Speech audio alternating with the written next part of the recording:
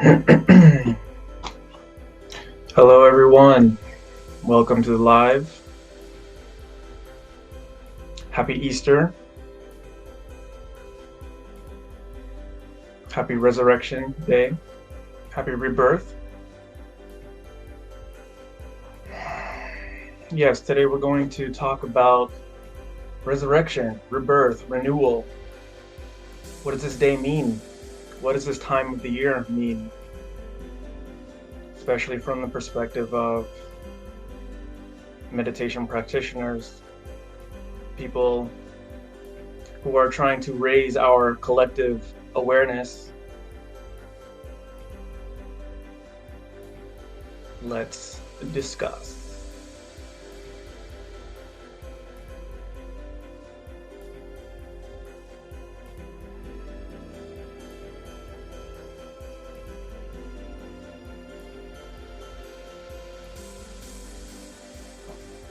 So, clearly, today's Easter, the celebration of and the remembrance of Jesus's resurrection.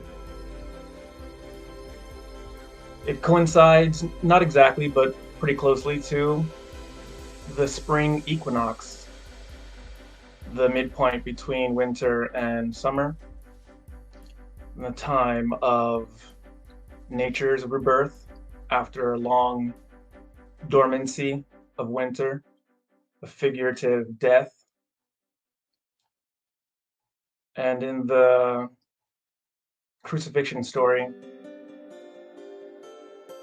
the winter time can be seen as the time when the ego is crucified, when the sense of self is dead. And after months, after 3 months, we come to this point where there's a new life. It's not the same life from before. There's a new growth. There's a new expression. So here's our chance to recognize that. So I wanted to do this live today and just contemplate these mysteries with you all.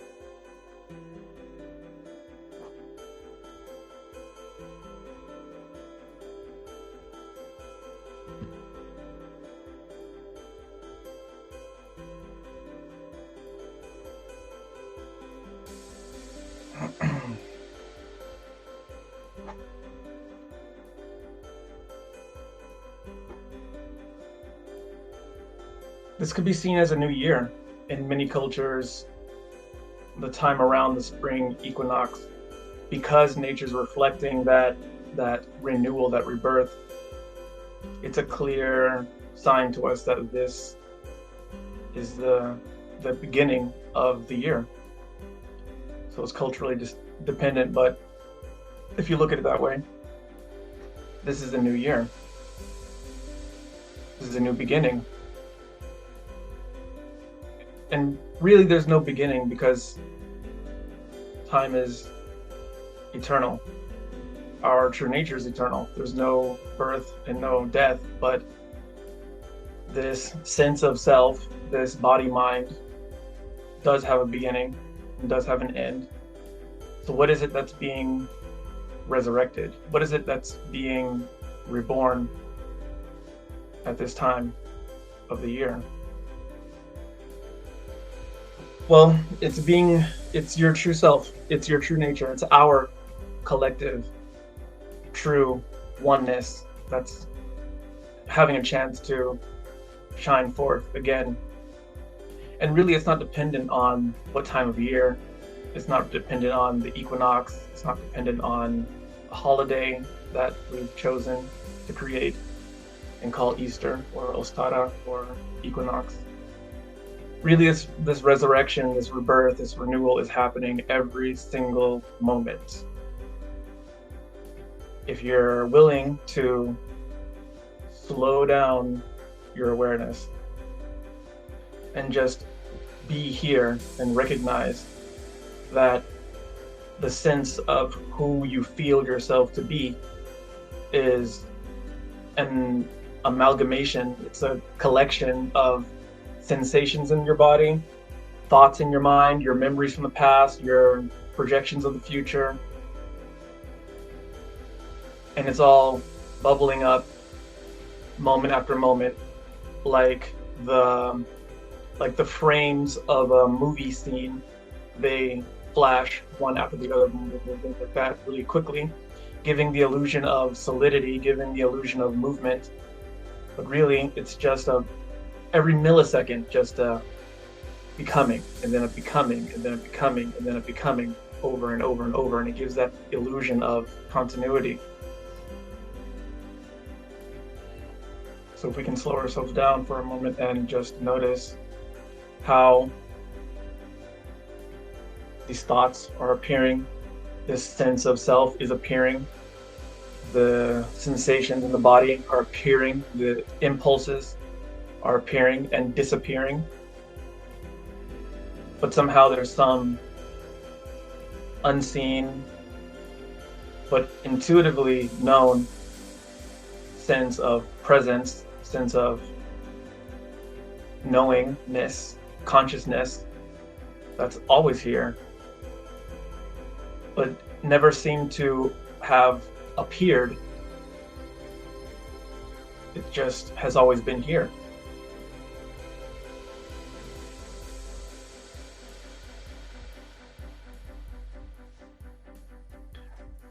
So we can just settle back into that and observe how all the thoughts are appearing, observe how all the sensations are appearing. And maybe we can use this time of the equinox, of springtime, of Easter, as a permission slip, a collective permission slip to crucify the old self. What is the old version of you that you're willing to let go of? Now, I use the word crucify because of the symbolic nature of it, the metaphorical value that it has, but it might sound kind of violent, you know. When you think of Jesus being crucified, there's the whole scene of him having to carry the cross and being forced onto it, and you know, the Roman soldiers nailing his limbs. It's very violent. And I'm not saying that we need to take that kind of a violent attitude towards the ego or your sense of self. But if we allow the sense of self to just be as it is, but without identifying with it, without fueling it and believing it to be who we are, then it naturally passes away. So the inner crucifixion that's happening isn't an active one, like in the story of Jesus. It's more of a passive one. We're allowing the ego to be crucified by time. The ego, the mind body, the sense of self, it's a phenomenon that's born of time. It has a beginning, a middle, and an end.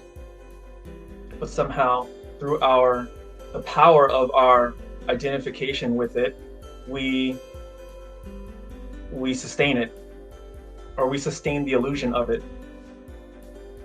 And with this decision to crucify the ego, it's really a decision to refrain from sustaining it, to refrain from identification, moment by moment.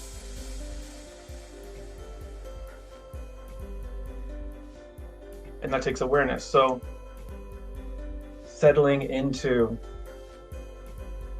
this moment right here, right now,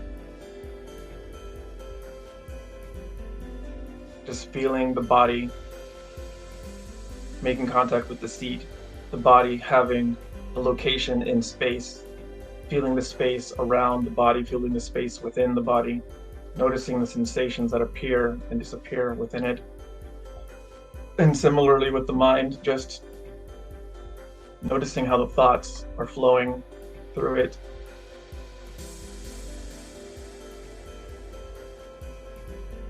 And not identifying with it, not believing yourself to be what you are observing, just knowing that what you observe is not what you are. And then you allow it to be crucified moment by moment by moment.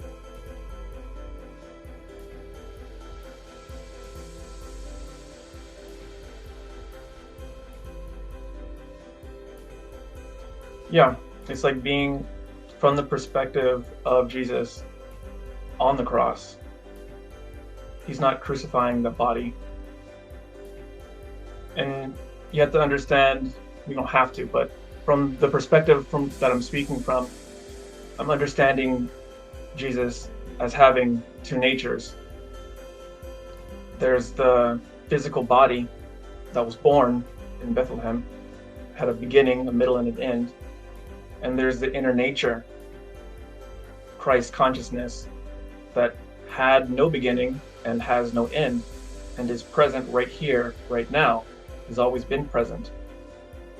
So from that perspective, on the cross, as the body is being crucified, there's no action on the part of the inner self. The inner self is allowing, not identifying with what's observed. The inner self, the Christ consciousness, is just knowing, because it is just knowingness itself. It's formless awareness. It's what we really are, what we always have been.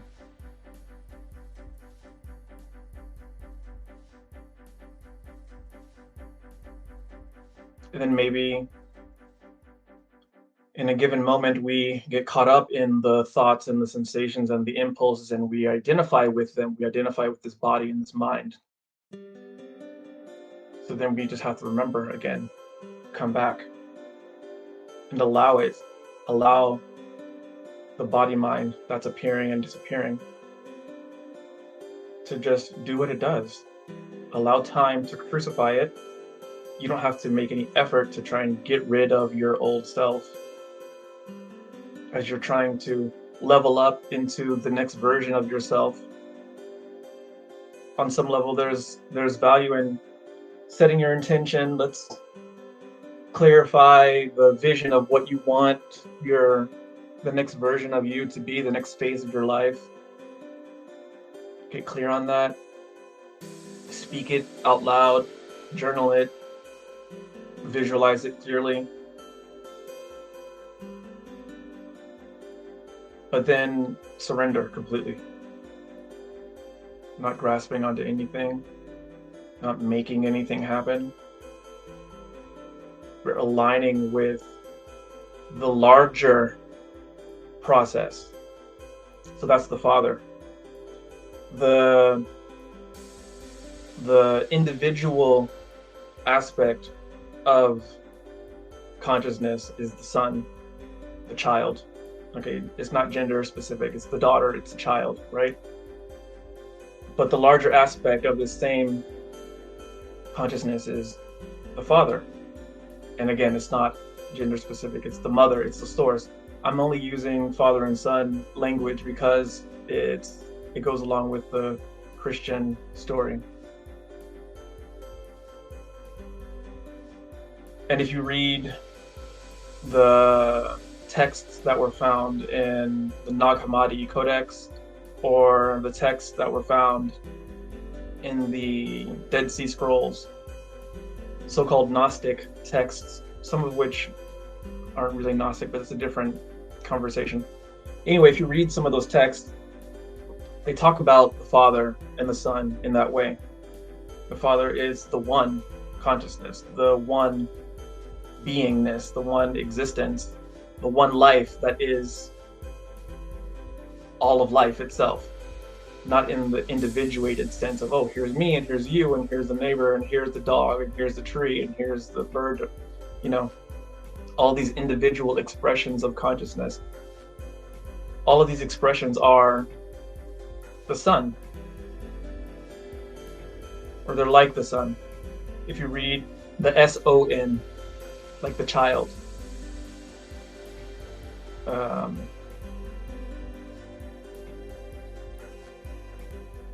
if you read these texts, they talk about how the emanations from the one, as more, there's the one and then there's an emanation of the one. The original emanation is the sun, the S-O-N, the child, the logos, the word, the original idea, the original concept.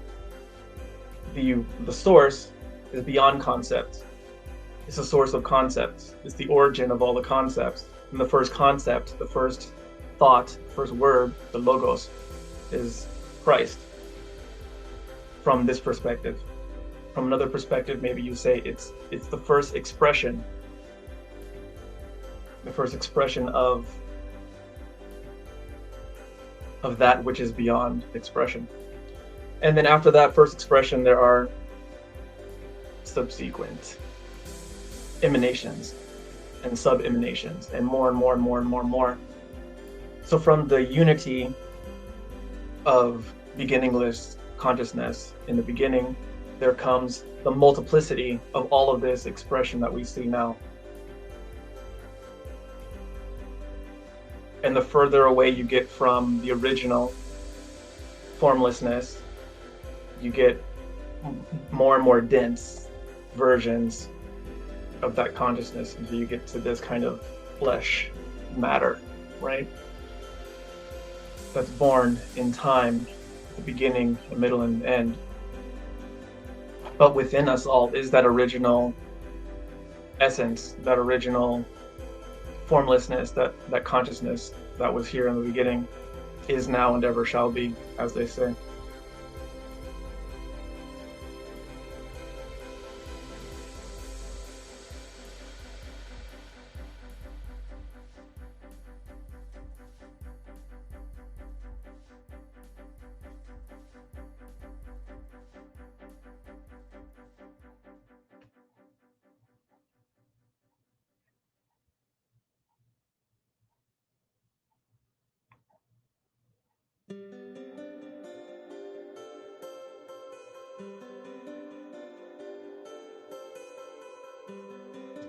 So what do we want the next version of this body-mind to be? What kind of expression or manifestation of the mind-body, of my thoughts, of my words, of my action, will be most in line with the original consciousness, with the Father, with the Mother, however you want to call it, with the One, with the formless One, the original One, the nameless One, the source of all names. As I decide to let this current expression of mind and body be crucified on the cross of this moment, of this time and space,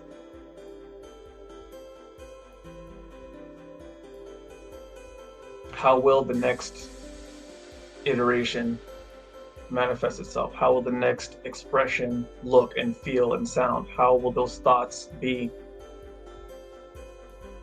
Ultimately, I don't have a choice about that. Ultimately, we can't choose that. We can imagine it, we can intend it, we can set our intentions, like I said, but the way it manifests is in God's hands, in the hands of the ultimate, it's part of the larger flow. I'm trying to use lots of different language because, of course, there's so many different connotations and different feelings that people have regarding the word God or the word Father or Mother, Source, Universe.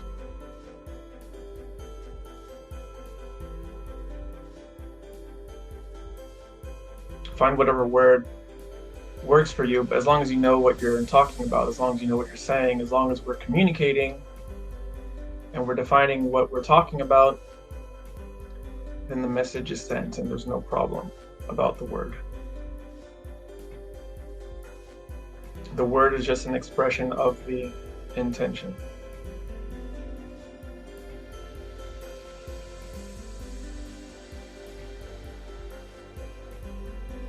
And then the manifestation of it is the word made flesh.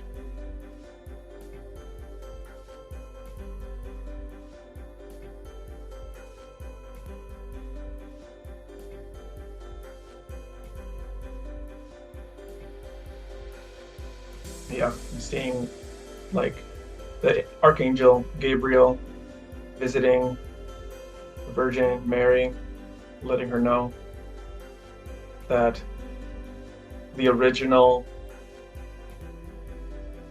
thought of God, the original concept in the mind of God, the original expression of the formless creator is going to manifest itself through her. There's so much that can be said about that and what that actually means. There's so many levels to what it could mean.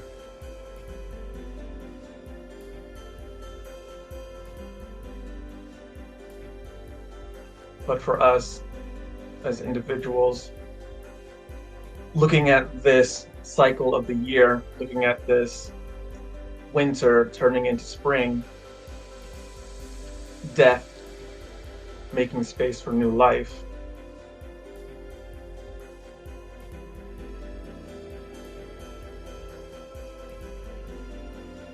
what is the new life going to look like? More importantly, how can I facilitate, how can I get the mind body out of the way so that this new life can manifest?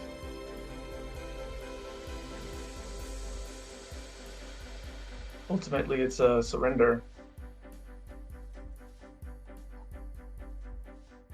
which again goes back to crucifixion. It's a surrender. It's complete surrender, completely letting go.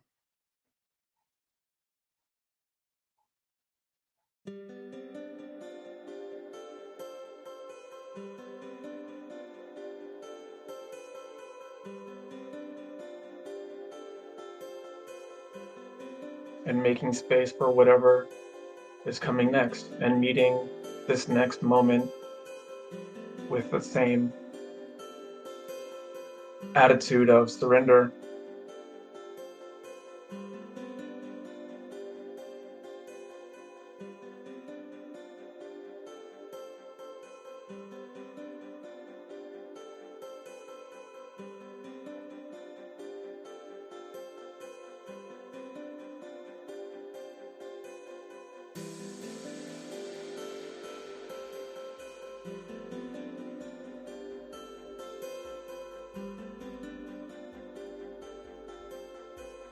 Okay, I think that's it for now. Hope you enjoyed this stream. I hope you're enjoying your Resurrection Day, your Easter, your Ostara, your equinox. I guess we're post-equinox. It was a couple of days ago. This turning point, this threshold, walking out of winter into spring, welcoming this new life. And I invite you to contemplate that attitude of surrender and allowing the greater flow to guide how your next incarnation is going to look, how your next manifestation is going to look. And I'm saying this to you, but I'm really saying it to myself as well. I'm saying it's for all of us. May I have a clear vision of what I would like to come, but may I completely surrender and get out of the way of the larger process, God's will, the greater flow. Amen. And so it is. Peace be with you all, and I will see you next time.